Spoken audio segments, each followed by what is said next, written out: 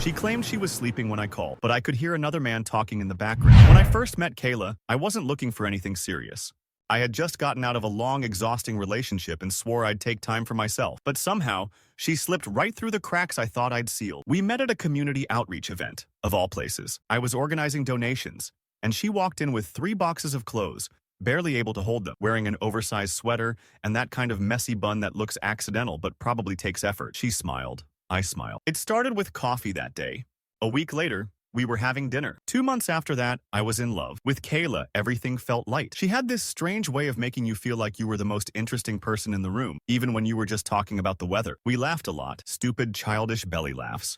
She'd do this thing where she'd poke my side at the most unexpected moment and then pretend she didn't do it. Or she'd leave me little sticky notes in my car. Things like, have the kind of day you'd tell your future grandkids about, or you're stronger than your coffee today. That sort of warmth, it gets under your skin in the best way. After 6 months, I got offered a job in another city, 3 hours away. Higher pay, more growth, something I couldn't turn down. Kayla encouraged me to go. She said we'd figure it out. Distance isn't that scary when your heart's already moved in, she told me. I almost cried that night, from both love and fear. But we agreed. Weekend visits, nightly calls, good communication. And for a while, it worked. The first few weekends apart were actually kind of romantic. We missed each other so much that the reunions felt like movie scenes. She'd run up to me in the parking lot, arms wide, grinning like she hadn't smiled in weeks. We'd stay up all night talking, catching up, touching like we were scared to let go. She'd sometimes cry on Sunday nights when I had to leave. I did too sometimes. Then something shifted. It was gradual, like a curtain slowly closing. First, it was delayed texts, then shorter phone calls. The way she said, "I love you," started sounding routine. Not cold, not fake, just automatic. I told myself I was being dramatic, that the real world was creeping in, that relationships go through phases. One Friday, she canceled our weekend, said her mom wasn't feeling well and she had to go home and help. I didn't think much of it. Her mom did have health issues. But then the next weekend, she canceled again. Her work schedule had changed suddenly. And then the following weekend, her car broke down and she didn't want to risk the highway trip. I offered to drive to her. She said no, that she didn't want me wasting gas for a short visit. That was when the pit in my stomach first started forming. Still, I held on. I trusted her. Or maybe I trusted the version of her that had once curled up beside me and whispered that I made her feel safe in a way no one else ever had. The night everything cracked wide open, I was having trouble sleeping. It was close to midnight. I hadn't heard from her since that afternoon. She'd said she had a headache and was going to take a nap. That wasn't unusual. But something gnawed it. I don't know what exact, just a feeling, a restlessness that wouldn't let me go. So I called her. She picked up after a few rings, her voice groggy. "Babe, is everything okay?" she asked, all slow and sleepy. "Yeah," I said. "Just couldn't sleep. Wanted to hear your voice." There was a pause. "I was asleep," she said quietly. "Had the weirdest dream." I almost apologized, almost said goodnight. But then, in the background, faint but unmistakable, I heard a man's voice. It wasn't on the TV. It wasn't some ambient noise. It was close. It was clear. "Did you grab the wine?" the voice said. Then a laugh. A man's laugh. Kayla went silent. My heart stopped. I didn't breathe. She mumbled something I couldn't make out and then the line went dead. I stared at my phone for a full minute. Tried to rationalize. Maybe it was her brother visiting, a neighbor, but her brother lived out of state, and she never mentioned anyone staying over. Maybe she was watching a video, but the voice had interacted with her. I texted her immediately. "Kayla, who was that?" No reply. I called again, straight to voicemail. A minute later, a text came in. "Sorry, I was half asleep. I think I butt dialed. It was just a weird dream." That was all. I just stared at those words. A weird dream, but I wasn't dreaming. I was wide awake, and I had heard another man in her apartment. My hands were shaking. My mouth was dry. I didn't know whether to be angry, terrified, or heartbroken. I didn't sleep that night, just kept staring at the ceiling, hearing that voice on loop. "Did you grab the wine?" That exact tone, comfortable, casual, like they'd done this before. She didn't text the next morning, or the day after, and I didn't text her. I didn't know what to say. Or maybe I was afraid of what she'd say back. By the third day without a word from her, I finally broke. I told myself I wouldn't be that guy, the one who begs for answers from someone who's clearly hiding something. But silence?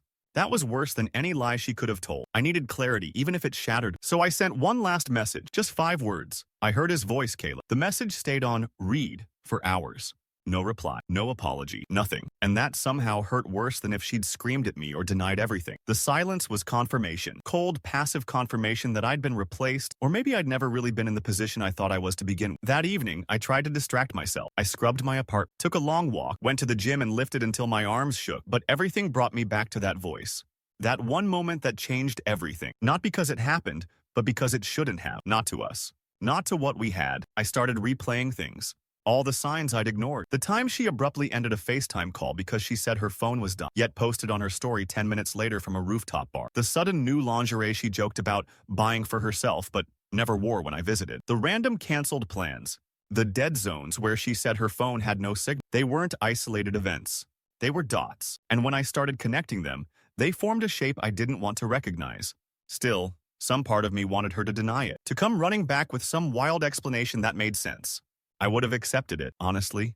I would have let myself believe it if she tried hard enough. That's how stupidly in love I'd been. A few days later, I tried something impulsive. I created a fake Instagram account, just a normal-looking profile, a few random photos, a believable name. I followed her, and to my surprise, she accepted within an hour. That told me something right away. She didn't think I was watching. I scrolled through her feed.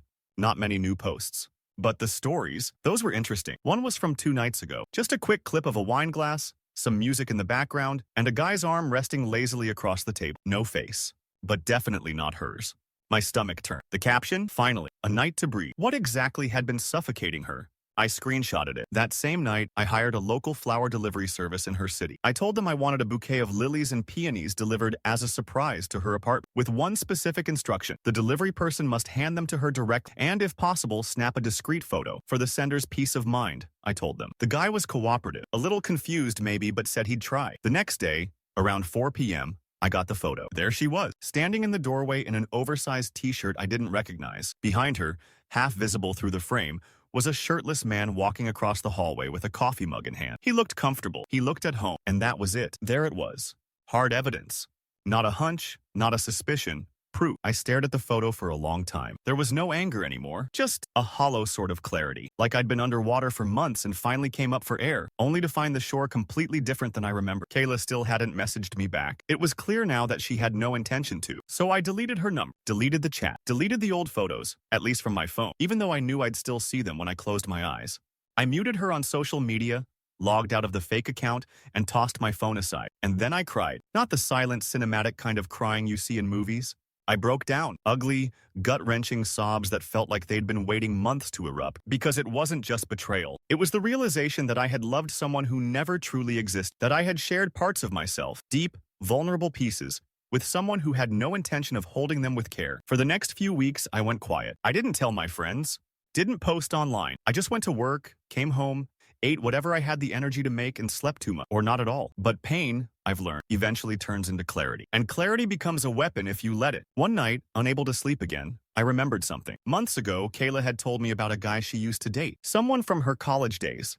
She referred to him as the emotional vampire, said he always wanted to come back into her life whenever she was happy. I remember laughing and asking, "You sure you're not the vampire in his story?" She playfully slapped me and said, "Don't give him that much credit. His name was Aaron." I remembered because she said it with venom. And then something in me clicked. I went back to the Instagram story with the wine glass and the man's arm. I zoomed in on the watch he was wearing. It was a limited edition fossil with a forest green face. 2 months earlier, I'd seen that exact same watch on someone's wrist in an old tagged photo of Kayla, buried deep in her feet, an old college party pic. The man in the photo? Aaron. So not only had she lied, she had gone back to someone she once told me had traumatized her, and now she was having wine nights and sleepovers with him? Suddenly, I wasn't just heartbroken. I was disgusted. And more than anything, I wanted to understand why. The questions wouldn't stop. Why go back to someone she once described as controlling, cold, even emotionally dangerous? Why tell me so many lies when she could have just ended things? Why pretend to love me, to miss me, while letting another man wake up in her bed? I wasn't looking for revenge, at least not yet. At that moment, I just wanted answers, closure. Even the kind that burns going down. So I did something I hadn't done in a long time. I reached out to her best friend. Well, not best friend anymore. Their friendship had fizzled out about a year ago, after some drama I only partially understood. But she and I had followed each other on Instagram back when Kayla and I started dating, and I knew she still watched my stories sometimes. Her name was Rachel. I messaged her from my real account, kept it casual. "Hey, I know this is kind of random, but do you have a sec? It's about Kayla." It took a while, but eventually she replied, "Honestly, I've been wondering how long it would take before you reached out." That already told me a lot. We ended up talking for over 2 hours. Most of it was me asking questions I wasn't sure I wanted the answers to, but Rachel didn't sugarcoat anything. She told me that Kayla had been reconnecting with Aaron for months, long before I got that job in the other city. Apparently, it started when she ran into him at a bookstore. They got coffee, as friends, and it escalated fast. Rachel said she confronted Kayla about it, told her she was playing with fire. Kayla laughed it off, said she could handle it, that Aaron was different now. But what really gutted me was what came next. Rachel said. I asked her if she was going to tell you. She said she didn't want to hurt you, that you'd eventually drift away once the distance kicked in. I didn't even know how to respond. I felt sick. So she didn't just lie. She planned to let me fade away quietly while she rekindled something toxic behind the scenes. Rachel apologized, said she had wanted to tell me earlier, but figured I'd just believe Kayla over her. Honestly, she was probably right. If I'd heard this 3 months ago, I might have dismissed it as bitter ex-friend gossip. That's how deep I was in. Before we ended the conversation, Rachel said one more thing. She's not the person you thought she was. She just knows how to be that person really well when she wants to. That line stayed with me. The following week, I started noticing just how much of myself I had lost trying to be enough for Kayla. I skipped trips to see my family because she really needed me that weekend. I turned down a work opportunity in Europe because she didn't want to deal with a bigger time zone gap. I even stopped talking to a few female friends she didn't trust, even though they'd been in my life for years. Bit by bit, she'd chipped away at my world until it revolved around, and when she found something more convenient, she left without a word. I started writing everything down. Memories, thoughts, fragments of conversations that felt off at the time. It wasn't for revenge. It wasn't even for clarity. It was for me. A way to externalize the poison that had been eating away at me since the night I heard that voice in the background. Eventually, I realized I didn't want to stay silent. Not to expose her, not to get pity, but because I needed something to turn this pain into something that could breathe. So I started drafting a long post. I didn't plan on sharing it anywhere yet. It was just a document on my laptop titled, What Really Happened. I poured everything into it. The call, the wine, the voice, the flowers, the photo, Rachel's messages, my heartbreak, my guilt. And somewhere in the middle of writing, I realized something important. She wasn't sorry, not because she was evil, not because she wanted to hurt, but because in her world, I was just a chapter, something to fill the space between two more exciting stories. And once she was done reading, she didn't even bother to close the book proper. But I deserved an ending, a real one. So I planned something. A few weeks later, one of our mutual friends announced his engagement and sent out wedding invites. It was going to be a summer wedding, fancy venue, lots of guests, and both Kayla and I were on the list. I almost declined. I didn't want to see her, but then it hit me. If I ever wanted closure, it would come not from a private text, not from a late-night spiral, but from looking her in the eyes and knowing I didn't need her apology. So I said yes.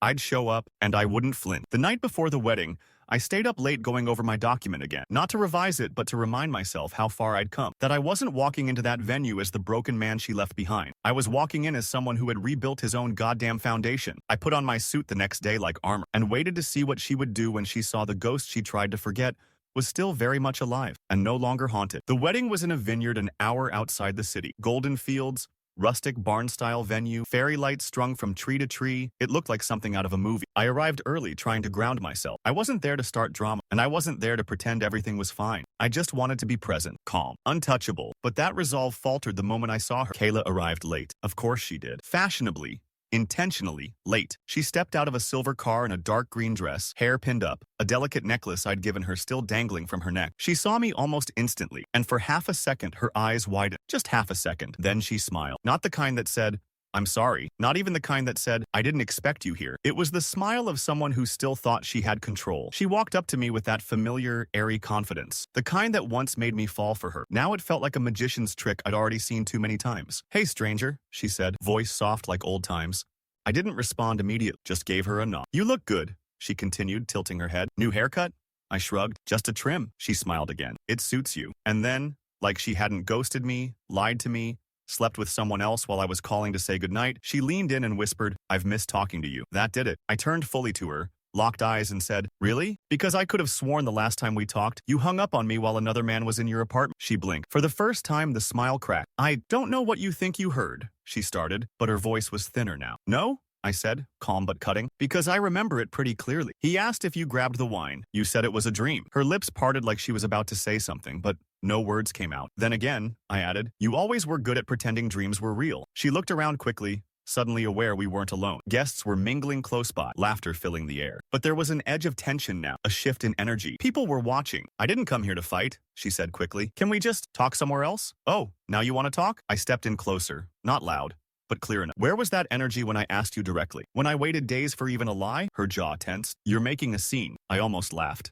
She was worried about appearances, about image. Then came the final nail. I reached into my coat pocket and pulled out my phone. Pressed play on a short voice recording I'd had saved since that night. It wasn't loud, just clear. Kayla's sleepy voice. Sorry, I was asleep. Then, unmistakably, a male voice in the background. Did you grab the wine? A laugh. Then silence. I watched her freeze.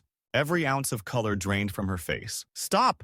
she hissed, voice barely above a whisper. What the hell is wrong with you? You are, I said. You lied, you disappeared, and you didn't even have the guts to admit it. So now I'm just letting you hear what the rest of us heard. Who the hell is us? And right on cue, someone stepped forward. Rachel. She'd been invited too. Small world. I told you this would catch up to you, Rachel said, crossing her arms. You're not as careful as you think, Kayla. Kayla spun to her, shocked. You set this up? He didn't need me to. You did it to yourself. Kayla looked between us both, chest rising and falling like she couldn't get enough air. She didn't yell. She didn't cry. She just turned and walked away. That was it. No dramatic exit, no apology, no justification, just distance. And as she disappeared behind the hedges, the weirdest thing happened. I felt light, like a pressure I didn't even realize I was carrying had been peeled off of me, layer by layer. For the first time in months, I wasn't guessing, hoping, doubting. I was done. The rest of the wedding went by in a haze. People came up to me, quietly offering knowing looks, handshakes. One even said, "Good for you, man." Later that evening, when the music played and the wine flowed, I found myself outside again, alone, watching the sun dip below the vineyard hills. And for the first time, I felt okay. Not happy. Not healed, but okay, which, after everything, felt like a miracle. I pulled out my phone and opened that document again, the one I'd titled, What Really Happened. And this time, I renamed it. I called it The Day I Let Her Go. The weeks after the wedding felt like stepping out of a long story. No more checking my phone for messages that wouldn't come. No more spinning scenarios in my head, trying to make sense of the senseless. Just silence. Honest, clean silence. And weirdly, that silence started to feel like peace. I got back into my old routines. Started going to the gym again. Really going, not just to exhaust myself, but to rebuild. Reconnected with a couple of friends I'd drifted from while I was wrapped up in the illusion that was Kayla. One of them, Jordan, asked me point blank, "So, you finally done with that chapter?" And for the first time, I didn't hesitate. Yeah, she's not my story anymore. I kept writing in the document, adding reflections, realizations. It had started as a place to dump pain. Now it felt like a roadmap, proof of how far I'd crawled out of the hole she left me in. I started wondering if maybe one day I'd share it, just so someone else could feel less crazy if they were going through something similar. One night, I posted a small excerpt of it anonymously online. Nothing specific, just a section about hearing someone lie to your face and finally realizing it wasn't your fault for believing them. It was their fault for being believable. It went viral overnight. People commented things like, "This hit too hard," and I thought I was the only one. Some messaged privately, opening up about their own breakups, betrayals, near-identical stories. And then one message stood out. It was from a girl named Mira. Her message was simple. "I heard the same kind of lie once. It broke me. Your words helped." I didn't respond immediately. I wasn't looking for anything, especially not another emotional connection. But something about her message felt sincere, not desperate, not fishing, just human. So I replied, "Thanks, that means a lot. I'm sorry you had to go through it too." That turned into a small exchange, then more. Turns out, Mira lived in another state. A graphic designer who freelanced from home. She'd been through a 2-year relationship with someone who gaslit her into thinking she was the one ruining everything. Different details, same emotional wreckage, but she was funny and kind and didn't push. We started talking more regularly, mostly about life, art, music, nothing heavy. It was like discovering you still had parts of yourself that could connect with someone, even after everything. Weeks passed, then months. We never flirted, never hinted at anything more. It was just safe, comfortable, healing even. One night, she messaged, "I don't know why, but I feel like we would have been friends in another life." I replied, "Maybe we still can be in this one." And just like that, something shifted. Not in a romantic way, not yet, but in the way your soul recognizes that not everyone comes into your life to hurt you. Some people arrive simply to show you it's possible to feel okay again. One evening, she asked if she could read the whole document I had written, the one about Kayla. I hesitated. It was raw, personal, a roadmap of my worst moments. But I trusted, so I sent it. She replied an hour later. I cried, "But not for you. For the version of me that stayed too long with someone who never deserved." I didn't reply for a long time. Not because I didn't know what to say, but because for once, someone had understood without needing every detail explained. She got it, and that meant everything. That same night, I looked through my old photos.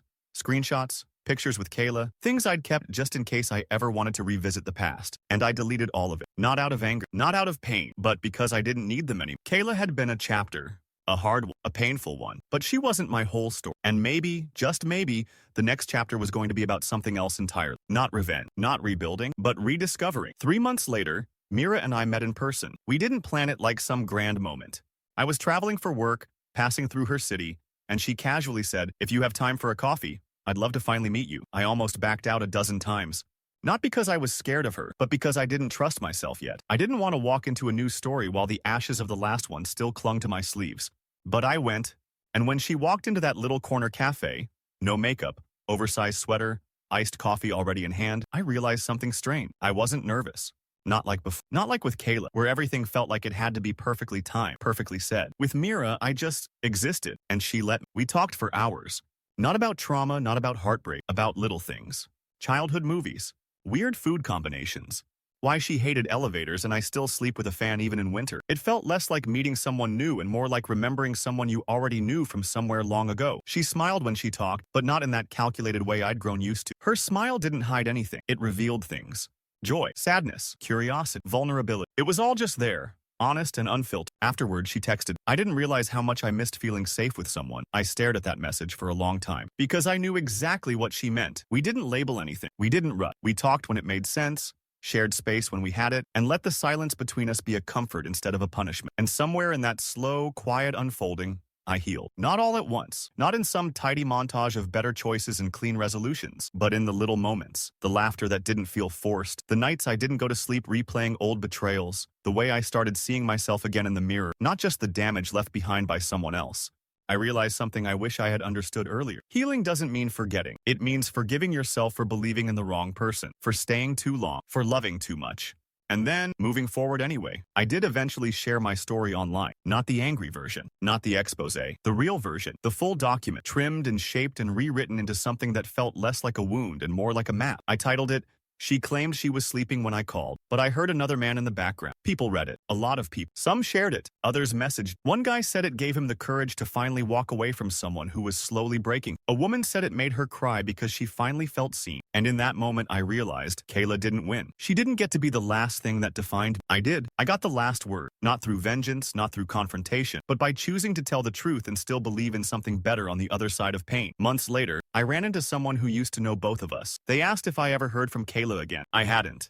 I didn't need to. I didn't ask if she was still with Aaron. Didn't care if she had regrets, because that part of my life had already closed. Whatever version of me still cared about what she thought, he was gone. And in his place was someone better, someone wiser, someone who knew now what he never knew back then. That real love doesn't hide behind silence. It shows up and stays. The last time Mira and I talked on the phone, she said something I still think about. You know, maybe people like us, we're not broken. We're just honest. And that's why it hurt so much. We gave something real to someone who didn't know what to do with it. I didn't say anything right away, but in my chest, something clicked, something healed. And for the first time since that night, the night I called and heard another man's voice in the background, I didn't feel small anymore. I felt whole and free.